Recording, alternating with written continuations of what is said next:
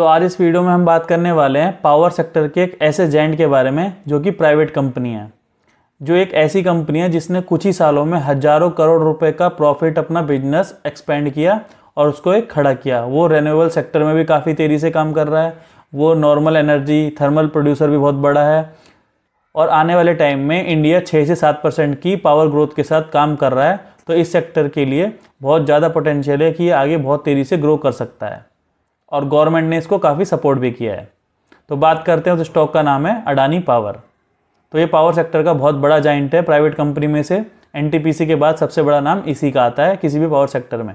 तो ये दूसरा सबसे बड़ा थर्मल पावर प्रोड्यूसर है ये कंपनी। ठीक है, बात करें रेन्यूएबल एनर्जी की, तो ये कंपनी रेन्यूएबल एनर्जी में स्मार्ट मीटर में बहुत तेज़ी से काम कर रही है, बहुत तेज़ी से ग्रोथ कर रही है। कुछ ही महीनों में इसने बहुत अच्छा रिजल्ट दे के दिया है। तो इस वीडियो में हम बात करेंगे कंपनी के बारे में, उसके ओवरव्यू के बारे में, सेक्टर में क्या चल रहा है उसके बारे में, बात करेंगे कंपनी के फंडामेंटल के बारे में, टेक्निकल के बारे में और रिसेंटली जो बजट आया था उसमें पावर सेक्टर के लिए क्या दिखाया गया है, क्या उसको मिला है, बात करेंगे उसके बारे में। तो मैं हूं आकाश मिश्रा और आप देख रहे हैं update with Akash.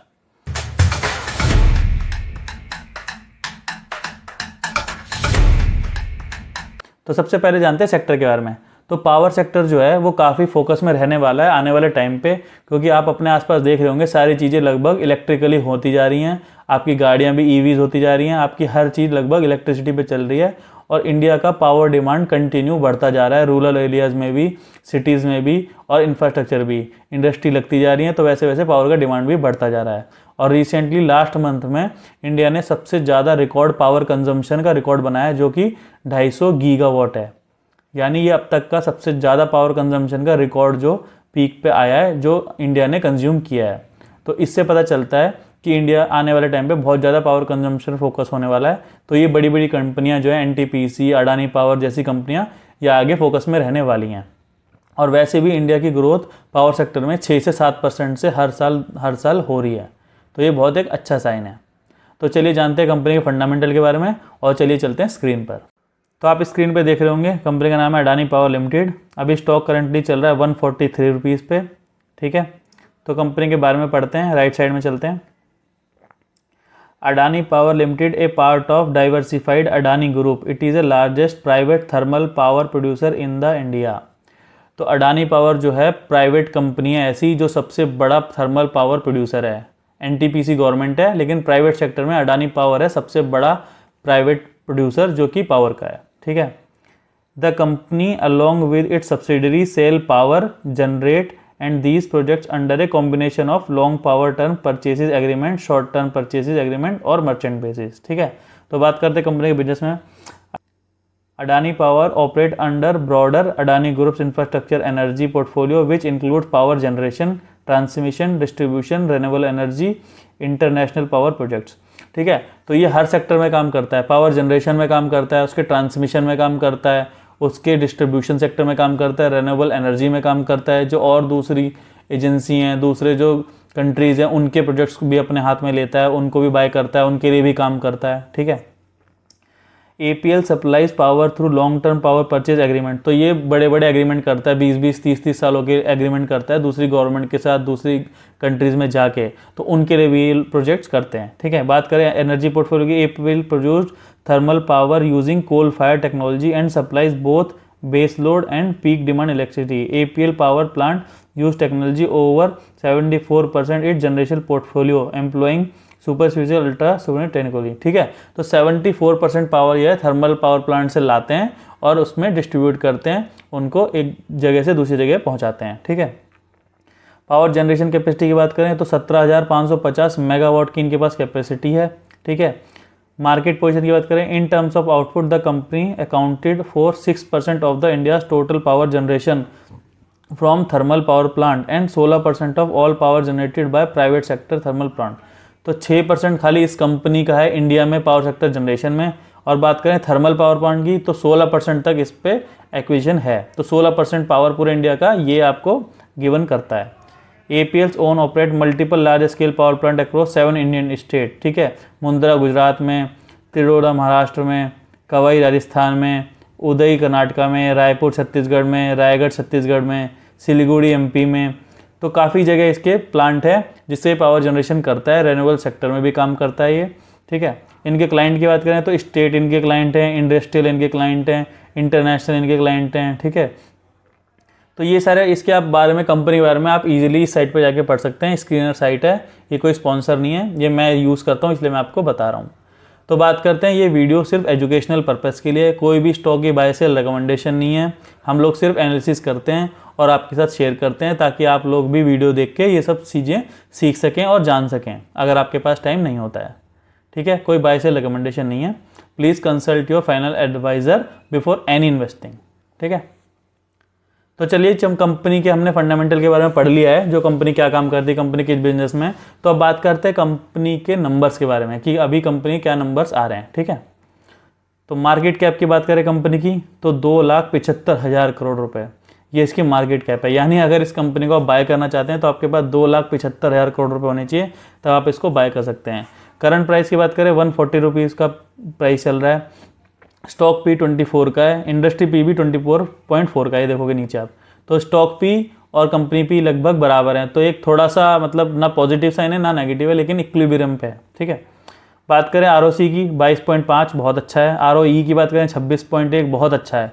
Net profit की बात करें जो पिछले 12 महीने का है वो 20,000 करोड़ रुपए नेट प्रॉफिट। प्लेज परसेंटेज 1.8% है, बहुत कम है। लेकिन डेट टू इक्विटी रेशो 0.8%, तो ये भी बहुत कम है, कोई दिक्कत नहीं है। प्रॉफिट ग्रोथ की बात करें तो -12.2 दिखा रहा है, ये हम जानेंगे नीचे कि ऐसा क्यों दिखा रहा है, ठीक है। सेल्स ग्रोथ की बात करें वो भी देखेंगे नीचे नेगेटिव क्यों दिखा रहा है। प्रोमोटर की होल्डिंग बहुत ही बढ़िया 75%, ठीक है। अब बात करते हैं कंपनी के पी रेशियो के बारे में, ईपीएस के बारे में। अब आप कंटिन्यू देखेंगे कंपनी ग्रोथ पे है लेकिन इसका ईपीएस भी बढ़ता जा रहा है। तो अभी ये कंपनी अंडर वैल्यू नहीं है। आप ईपीएस को चार्ट के देख के समझ सकते हैं कि अभी अंडर वैल्यू नहीं है, तो ये आप मतलब बाइंग के लिए अपनी वॉच लिस्ट में रख सकते हैं, बट अभी इसका बाइंग की अपॉर्चुनिटी इसमें नहीं दिख रही है। तो बाकी हम टेक्निकल देख के पूरा कंक्लूजन देखेंगे कि क्या चल रहा है स्टॉक में। तो कंपनी के जो पीयर्स हैं वो टाटा कंपनी है, Tata power, Torrent power, CES, Reliance infra, ये सब इसके क्या कंपटीटर हैं। तो बात करें कंपनी की सेल्स की, तो कंपनी की सेल्स जो है बढ़ते बढ़ते 14,000 करोड़ पे पहुंच गई थी क्वार्टर वाइज, जो कि इस क्वार्टर में ड्रॉप हुई है 12,000 करोड़ रुपए। कुछ विंटर्स भी थी इसलिए भी ये ड्रॉप हुआ है, तो ये साइक्लिक भी होते हैं स्टॉक, तो ये थोड़े इसलिए डाउन भी हुए हैं, ठीक है। नेट प्रॉफिट की बात करें तो 3300 करोड़ से 29 करोड़ हुआ और इस क्वार्टर में आके 2400 करोड़ हुआ। तो ये लगभग ऐसे ही चलते हैं स्टॉक, थोड़ा ऊपर होते हैं थोड़े नीचे होते हैं, कंपनी के इंडस्ट्रियल डिमांड के हिसाब से चलते हैं स्टॉक, तो इस वजह से ये चीज़ें चलती हैं, ठीक है। सेल्स बिल्कुल ऑल टाइम हाई पे, आप देखोगे 54,000 करोड़ रुपए की सेल्स है, सेल्स बिल्कुल ऑल टाइम हाई पे है। नेट प्रॉफिट की बात करें तो 12,000 करोड़ रुपए है, 20,000 करोड़ था पहले लेकिन थोड़ा सा कम हुआ है, तो ये ज़्यादा ड्रॉप नहीं है क्योंकि पीछे इनका बहुत कम था और नेगेटिव में भी चल रहा था। तो अभी बात करें तो ये ग्रोथ कर रहा है स्टॉक, ठीक है। और जैसे जैसे पावर की डिमांड बढ़ेगी तो ये स्टॉक भी आगे बढ़ता जाएगा, ठीक है। शेयर होल्डिंग पैटर्न के बारे में तो हमने बताया आपको 75% तक प्रोमोटर के पास है, बाकी पब्लिक के पास देखो आप कम होता जा रहा है, 11% से कम होता होता 9.9% आ गया है, और लगभग 15% के आसपास एफआईडीआई के पास भी है, ये भी बहुत अच्छा साइन है। तो 75% हो गया प्रोमोटर के पास, 15% हो गया एफआईडीआई के पास, और सिर्फ 9% 10% बच जाता है पब्लिक के पास, ठीक है। तो ये थे फंडामेंटल। अब जानते हैं टेक्निकल। तो ये स्टॉक का आप चार्ट देख रहे हैं, स्टॉक कंटिन्यू क्या बोलते हैं ड्रॉप चल रहा था, कंटिन्यू डाउन ट्रेंड में चल रहा था, उसके बाद ऊपर आया, तो अब जो है कंटिन्यू देखो आप कंसोलिडेटेड फेज में है, ना कंपनी अंडर वैल्यू है ना ओवर वैल्यू है, बट लेकिन कंसोलिडेटेड जोन में चल रही है। अभी कोई वॉल्यूम बाइंग में आप देख रहे हो इस पर नहीं है, जबकि इस प्राइस पे आप देखो कितनी ज़्यादा ओवर आया था, इसमें कितना ज़्यादा वॉल्यूम इसमें बना था यहाँ पर।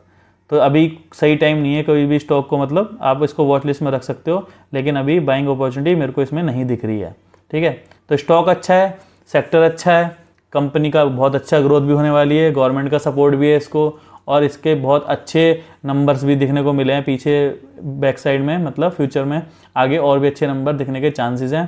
तो आप इसको वॉच लिस्ट में ज़रूर रख सकते हो, और इसमें जब भी आपको टाइम मिले, जब भी आपको मतलब बाय ऑन डिप का आपको ऑप्शन मिले, तब इसमें अपॉर्चुनिटी देख सकते हो।